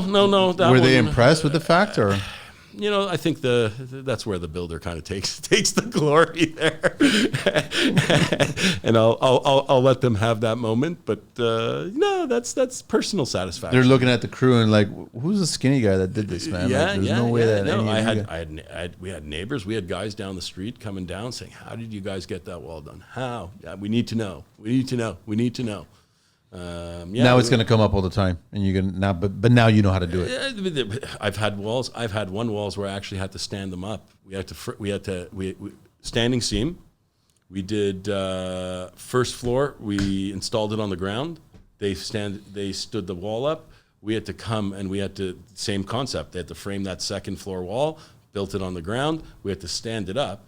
And what we had to do is we had to ended up cantilever it over the end so that when it's stead, all the seams would meet up because you've got that the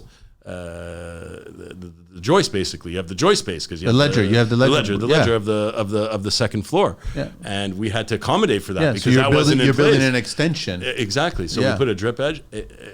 Seams were bang on again, but that is where I think the construction industry needs to be more of.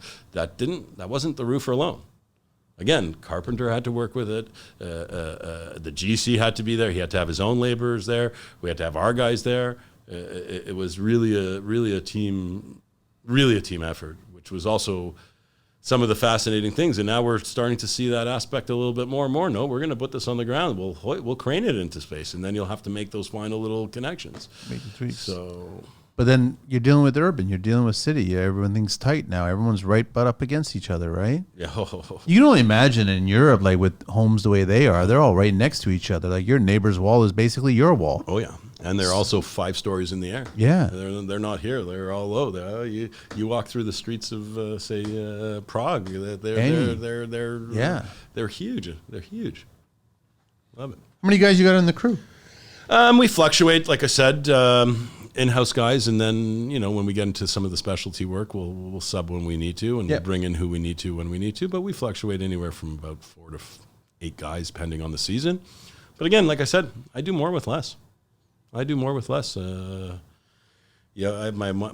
main gun, Giovanni, he's the beast. He makes it all happen for me. So he's an extension of me, which creates a huge aspect. So when you have a guy like that with you, you filter him in, and he wrangles them in and teaches them. And how'd you find him? On the street. Just talking to people. I drove by, saw a truck. Hey, what's up? What are you doing? Oh, up, talking. I got a project. You want to work? One thing led to another, and just like you pick up a girl, you can pick up a roofer.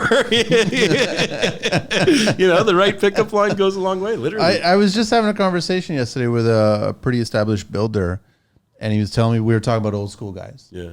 And he was mentioning this one old school guy that was always his go-to demo guy.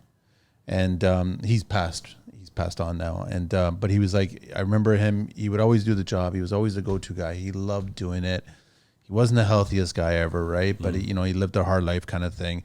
But he would hire a lot of homeless people. He would just go on the street and go, listen, you want a job for the day, and I'll pay you cash, and I'll take care of you for the day. And it was an interesting conversation. It's just like, he was just trying to help out people. You got to talk to people. That's it. Simple as that. You treat everyone. Everybody. He was treating everybody equally. He didn't look at them differently. He was like, here you go. Do you want to? Can you stand? Are you good? This is the job. I need you to destroy some stuff. Today's day and age, a lot of that is language barriers. I have a couple of guys who their English is not great. Technology has really brought us together, and really has enabled us to do way more than I ever thought we'd ever be able to do together, on the basis of that we're able to translate back and forth. Now the apps are so fast now. It literally is that I type whatever I'm typing in English, and it shows up on that end in Spanish or Ukrainian or whatever it may be. That's how I got around in Turkey. My driver didn't speak English. I didn't speak Turkish. He was saying something, I was saying something. And then you pick up the words, and then you laugh. I picked up very few. But that's how we communicated. It was able to communicate, right? Google wasn't always perfect on the translation, but it got the meaning of what I was trying to say, and vice versa, right? Yeah. But it makes a lot of sense at that point. That concept. So it was actually a funny thing. Just driving down the street, you see a truck. At the time, I needed a guy, and hey, what are you doing? You never know. No. That was with 6 years ago. It wasn't yesterday. It's funny how you say that, because I had another roofer probably about 1.5 years ago on the show. And that's how he found his right-hand guy. Yeah. The guy was literally driving by his job site, and he noticed that he needed more people. Like he just said, he got out of his truck, and he said, listen, you hiring, or what was the story, right? And he got working with him right then and there. And they've been together ever since. Yeah, no, I've done some stuff. I've done some sponsorship, some skilled foreign skilled labor. I forget. Oh yeah, really? I've done some of that. Yeah. I've tapped into that just on the concept. How was that experience? Challenging? Interesting. Okay. Had one guy who, after months and months of back and forth and lawyers and legal and so on and so forth. Just to get him into the country? Again, some of it's on his end. A lot of that's on their end. Okay. And, I mean, you have to be approved by the government and all that stuff. Showed up second day. I'm scared of heights. You mean you came all this way? It was a roofing position. Yeah, you were vetted by me, by the other. And you're telling me, okay, man, I put him up on a pump jack on the second day. But that was it. The one guy was 2 days, never saw him again. I had some success stories though as well. I had some young guys come who unfortunately had to go home to take care of mom. It wasn't a reason that he had to leave other than family, but. He was a young buck who just would have done anything to get out and start a new life. And if we didn't have that, we wouldn't be here. So I don't have anything, but they were also just grain of the salt guys, and that's the aspect that you really see is that they also bring over a different mentality of construction. Yeah. European style, where here we lack some of the European craftsmanship. And, We lack a lot. I love it. I love going there. And I just brought up Prague. I was just there, and like, you know, my wife was sending, you know, pictures, and I start going through my roll. It's roof, food, roof. Like I was a kid in the candy store. It was the gutter work was. Oh, you want to talk about the car? You want to talk about copper It's all work? craftsmanship. Oh, I know. man, that's the stuff. That's the stuff that said that. And then it lasts a long. I don't think the 12-year rule applies there. No. That's I think that's a newer thing as well. I don't think. But also, in all fairness, when there's an issue, like they pay attention to maintenance. Yeah. So then they'll take care of that issue right away. Yeah. They won't let Yeah. it like most North American clients. We got another 5 or 6 years little left. duct tape, or maybe what's that spray stuff that I've been seeing? Or the classic, the leak or whatever it's called. But the classic one is the blue tarp with the strapping on it. Yeah. Hey, homeowners and businesses, are you looking for top-notch tile and stone services you can trust and count on? Consider the expert tradesperson behind the Tile Guy GTA, Omid himself. He takes pride in delivering quality service and professional installation on time and on budget. From mosaics to large slabs to custom niches and miters, the Tile Guy GTA has you covered. With years of experience and a commitment to excellence, Omid and the team at the Tile Guy GTA are your go-to professionals for all your tile and stone needs. From full waterproofing solutions of every possible product to the finish, grouting details, even a hint of design recommendations when the client needs to hear the truth. Call the Tile Guy GTA today, 647-716-5062, or email them at thetileguy.gta@gmail.com. This message is proudly supported by the Construction Life. I love that one, eh? Yeah. I don't do that one very often anymore. No. I don't get why homeowners think that that's the best solution. And then the unfortunate thing is, then I'll drive by and I'm like, it's been months, man, that first went up, and now they're going through the winter with it. That's got to be leaking at that point. No, it's leaking. They're just not seeing it, right? Or maybe it's just all they're blowing in is just absorbing everything and it hasn't gone through the drywall. Yeah, or they have a basement leak that they're not sure why it's coming, and they think it's a foundation leak, and they haven't found the right Kijiji person to do it, right? I know it was dripping across the poly and down the sidewall. I was going to ask you, ridge cap or roof vents? I know clients love ridge cap because they don't want to have all the roof vents on their roof line, but are they as good as roof caps or roof vents? If you can do math, I think it's irrelevant. If you can't do math, it's a little bit more complicated. It's true. In terms of, and there are some different applications, like, you know, your static maximum vents, which elevate off the roof, which would eliminate some of those, like those look. I believe in ridge venting on a shingle roof, personally, but then people also kind of don't like at the end there. They see a little step. They don't understand it necessarily, but it's not smooth. It's not straight, or they'll start throwing words at you. So I find, but my neighbors has that. But your neighbor has all these roof vents. Yeah, that's right. They don't necessarily see that, and they don't necessarily understand what's that working in conjunction with.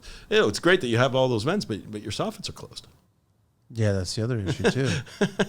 How many times I see it? Oh yeah, cut me a ridge vent. No problem, cut you a ridge vent. But what's your intake? Let me go into the attic and see all the insulation just it covered it, or it's wood, and they just covered it over with aluminum, or and the foam, brick ran the all the way foam up. tray, or whatever, is sitting down on. Yeah, I know. So I think there's a lot of variables. A lot of variables. But if it was my personal shingle roof, it would be probably ridge vented or it'd be a hot roof. But then it goes back to the whole idea. Like, there's a lot of it's not a question that could be answered just by yes or no. No, I don't. You have to factor in a bunch of things. But I find a lot of homeowners these days, they want that minimalistic kind of mentality, but they're forgetting that the home is a functioning, breathing entity. That's right. Like, in the moment you start compromising certain things that we know, generally, principally speaking, construction wise, there's a purpose behind this thing being there. It needs to be there. You can remove it, but it's going to be a cause and effect at that point. And that's where you have to be a little cautious about it at that point. So I think it's a good one. Good, tough one. What do you have on your roof? I got vents. Yeah. But I've been like, and I'm bringing all this up because it's fascinating because, I'm probably about 2 or 3 years away from re-roofing and trying to figure out, how do I want to set this up? Like, you know how many leaks I've had for guys who close a vent with a metal pan? They do that? Really? Well, what do you? Well, I got to take the time to frame the hole up, or am I going to just take That's what I did. Or am I just going to take my little piece of valley, cut it off? When I created a vaulted ceiling, that's what I did. I literally, because obviously the hole's never perfect, right? Yeah. I cut the hole perfect, and then I cut a filler, same width as the actual ply that was used, whatever it was at the time, and then I put that in, and then I PL it and glue it, and then I re-roofed that little section there. I'm confident it's never going to leak there now because I patched it. But it's not necessarily the leak; it's the condensation. Yeah, that's right. But I'm doing vaulted, so But that's that you're like people need to understand this cold warm. Like 100%, huge thing. Just watch the news. Watch the weather station.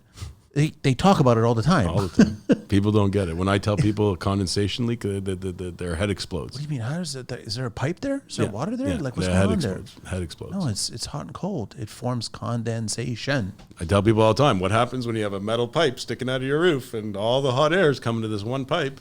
Yeah, it happens all the time. And you know, and circle back to that skylight window well. Yeah. The one that went from top to bottom. You know what was one of the most fascinating things about that? Air return. Yeah. People don't see the concept of how much heat and how much air was shooting up this channel to create such condensation. So before the mechanical unit was actually operational, we were getting leaks there. So the builder, again, it wasn't even finished, it wasn't fit, but we were just getting so much in that the circulation of the air wasn't present yet. Second that went on, it was beautiful. That's the third factor why I like the vented skylights. Yeah. Because of the air circulation that's going on. Everyone knows that if you open up your windows on the main floor and you've got a roof vent of a skylight that's vented, you're drafting air out. Those window wells need air. They need circulation. The whole neighborhood's got their AC units going on, kicking on, and you don't have it because you're moving air. Love it. Like I said, I was in Turkey recently and I was in the desert and I was brought into these caves. And outside it was 30 plus degrees. As soon as we stepped inside, cool. Yeah. And I'm like, I don't understand this. And then they brought me further into the cave, and all it is just this huge carved out, channel. And then you're looking straight up, it's all daylight, and that's exactly what's happening. You're just circulating the air, and that's why it's cool in there. So you're doing the exact same thing. They've been doing it in the deserts for many of years. So there's so many things that you can do that actually, but then everybody just wants to get mechanically comfortable their home, right? I don't understand clients that go literally from season to season without ever opening up a window or a door. It's confusing to me. When we're talking about roof vents, we didn't touch on those whirly vents. Are they? They're seasonal. Meaning which one? Well, you're supposed to operate in opposite directions. Think about it. I didn't realize that. Think about it for a second. I find them too big. Forget big for a second, but think about it. If you're trying to you're trying to expel hot air out in the summer months. You're trying to bring in cool air. So which way are you spinning? Yeah, you got to rotate the other way at that point. Who's doing that? But those actual units, you have to go up there and actually do it. There's a switch on a lot of them. Most people don't know that. Yeah, but nobody's cleaning their HRV filters. No one's doing that. Nobody's they're hardly ever changing their furnace filters. People don't realize living, breathing entity. It's a house, and that's why if there's certain things like that, you get a pro on the roof and they'll take care of it, or you set it up a certain way that it can be done inside the house. That's right. I never realized that. I just never was a fan of them because I found them too big. And then you also have the electrical ones. You know how many times I've been there? I don't even know it was there. I didn't even know where the switch is. Is it operational? The installer never told the client at that point. Or it's you inherited the house, or you bought the house and you came in and there's a switch that you never had any idea of what it was going to. And suddenly you go close to the attic and you kind of hear it. Let me ask you, since I got you here, Jake, I'm just curious because I'm back on the whole roof thing. I was tempted to reframe the very starting point of the roof to make my soffit a little bit longer, create a little scoop. So is that a good or a bad idea? Because with me on the fence is the ice damming that might happen as a result of doing that, where you've got a slope. It's not a great slope. I think it's a 12. Not exactly sure, right? And then all of a sudden I want to just extend the soffit an extra 6 or 8 inches. To do that, I can't just extend the fascia because you won't match the to extend the roof line. So then you literally would take off the old eave trough, take off the old fascia, and you would just sister a scoop. and then put a new fascia and then re-roof it that way. It would have to be either flexible metal, granulated metal, or it have to be asphalt shingles to go with the shape. But my problem is I'm trying to figure out, will snow sit there and create another problem? Absolutely. That's what I'm thinking. Yeah, absolutely. And that's when we were talking earlier about the bell curve concept. Yeah. Of how far you have to go up that roof line, of what that would create. Will that create the 3-foot buildup, which would be building code? Or are you going 6 foot up? Are we putting in necessarily a metal pan? Or, for example, a lot of times I would see this in the industry where you'd have that big pitch into that low pitch. Yeah. Why would I leave an open valley there? Yeah. We will weave that valley, we would create that backup and accommodate for that backup. Or potentially you would torch that in, fill it in with the shingles, and no one would ever notice the difference. Yeah, that's my thought process. And you're right, though. It makes a lot of sense that's what it would be a problem down the line. Yeah, but again, that bell eave also necessarily needs to be able to not back itself up. In other words, it can't have that pool effect.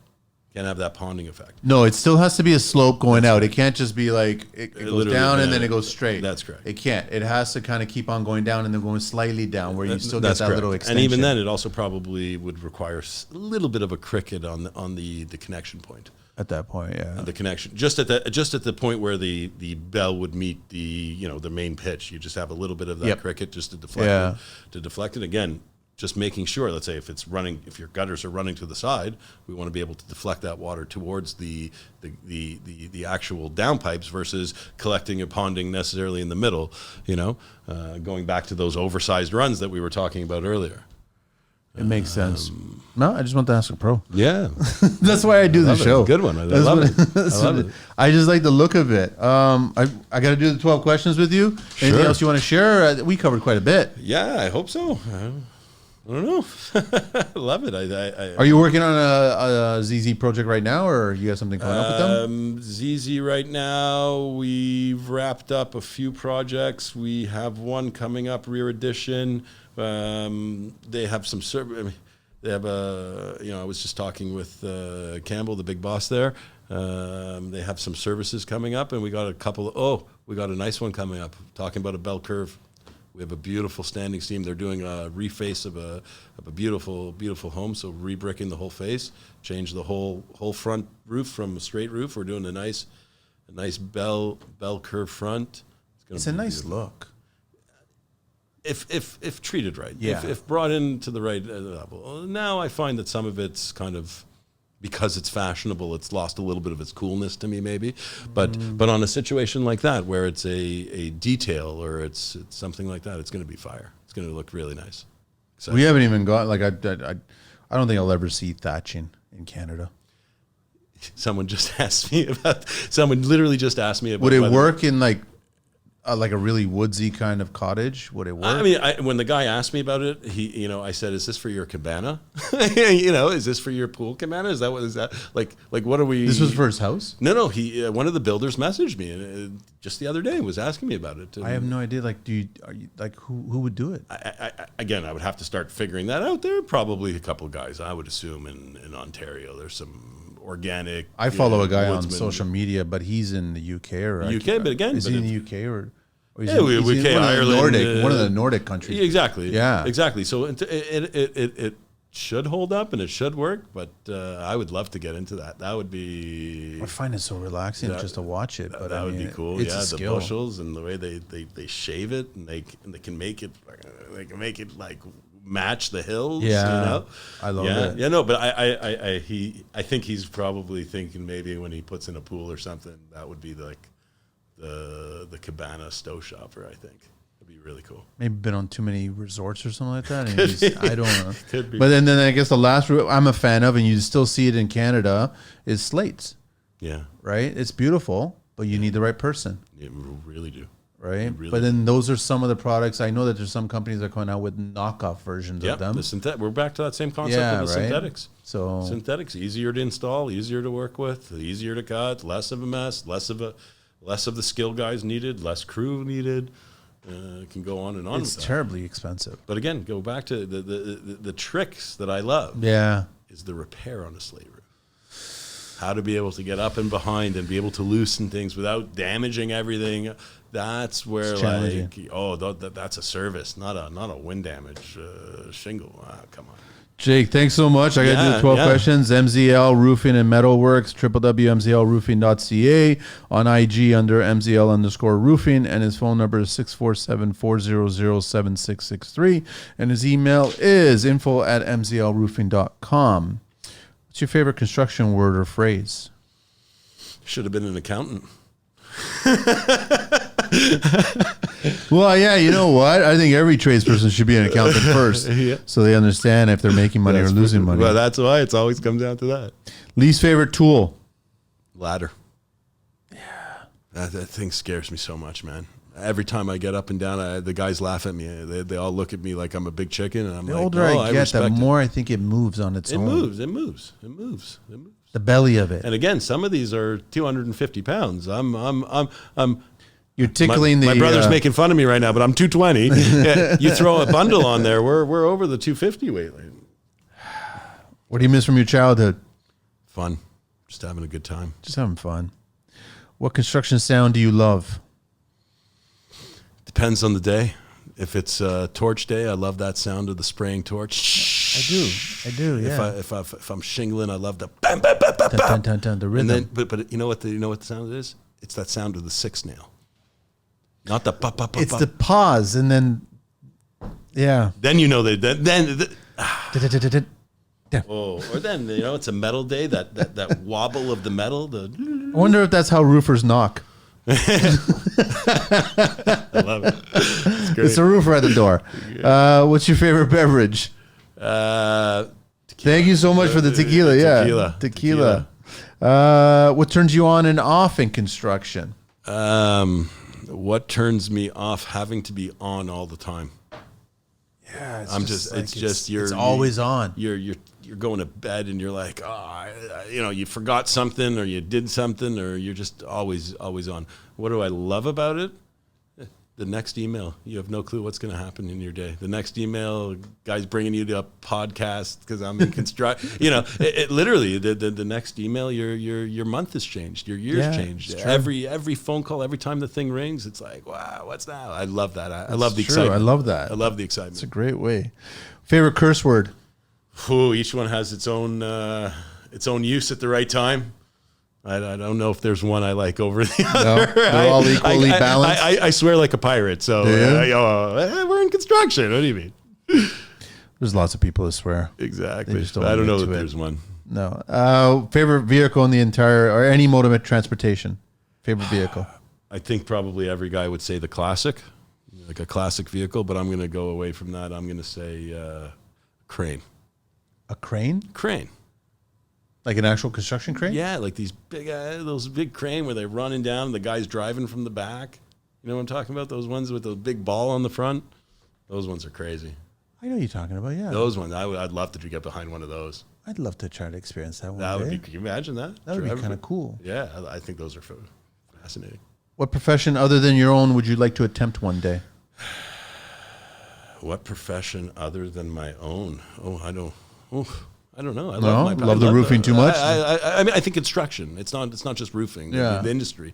But if I were to do something else, I would probably say follow in my mom's footsteps and go into medicine. Yeah. Yeah, helping people, treating people. Nice. I think we need more of that. Yeah. She's watching watching her hands touch so many people and affecting people. That's where I'd want to be. Good. What profession would you not like to do? Let's go with electrician. I don't know. Hey, Mike, I don't know why you get buckled so much, but it depends on how many plumbers are on site, how many electricians are on site. Exactly. Then it becomes like a Warriors movie or something like that. But since we were on the Sparkies earlier, we'll give the Sparkles a shot there. I love all the trades. They all have their own little digs. It's all good. Yeah. Last question. If heaven exists, what would you like to hear God say when you arrive at those pearly gates? Turn the map upside down. You're in the wrong place. I like that. No, man. What would I want? I'm going to go back to the hockey days. Hey, that was a good shift. You laid it on the line. you laid it out there. You did what you had to do, and now enjoy the view. That's all you need to say. Absolute pleasure. Thanks so much. Yeah, man, Jake. I appreciate Really it. appreciate it. I'm so glad that we got connected through Zeke and everything. This is great. And then, you know, when I first came, I thought I was doing TCLX. I thought I was going to get all. Oh, we're still working on that. I thought I was behind. No, you're more than welcome. You brought to come the back. roofer for that one. Yeah, if you want to come back on and do that, we're still going to do it. We're going to still try to do it. There's a lot of people reaching out to me that want to have some interesting conversations, but they don't really want to get in trouble, right? But then I got other people telling me, going, but yeah, you might get in trouble. And then I'm like, let me see how I can, you know, work this out. The show's been really good to the point where, you know, people are more than willing to open up and share a lot of stuff. But just in our climate right now, you know, you're not allowed to say certain things and stuff. So I think people generally like to vent. They want to just, but they're venting in my eyes when I see contractors and tradespeople on site. They're venting for purpose. Like they literally want to change the construction industry. They all see that the construction industry could be a lot better. We're missing out on a lot of opportunities that are just being taken away. I think some are scoundrels, but yeah, I know. There's some that give us a bad name, but there are the guys in the industry, and again, that's why I told you I love working for some of these builders because it's not a surprise. It's not. You're not getting that. You know, that's why again, guys, the guys who really care set the difference apart. Absolutely. You just got to find them. They're out there. Trust me. They're out there. Oh, yeah. That's why I want to do somehow a mentorship program and just have these guys. You know, I've never done a sale in my life in this business yet. I know. I mean, I sell a job, but I don't do advertising. It's all come through that concept of being a person of your word. And yes, does that come with mistakes? Have I made mistakes along the way? We all make mistakes. We're human beings. We learn from them. We don't run away from them. And that's the other thing. A lot of these guys, you make a mistake, they're scared to admit it. Yeah. And they run. Yeah. And then I come and fix it. I get the sense that you get on site and you don't see problems, you see challenges. Yeah, and you solve those I challenges. see solutions. Yeah. That's the way they should be looking at it, right? That's the game. Everything has a solution. How you come at it, you can curse, you can scream, you can kick, you can blame the carpenter, you can blame whoever you want to blame. But 9 times out of 10, there's a solution there. And you know, when we were talking with that wall, that solution didn't come overnight. You know, that came at 11:30. That was a collective people talking, figuring out. You know, and that was at 11:30. You're not sleeping, and that's where the magic happens. It's really cool.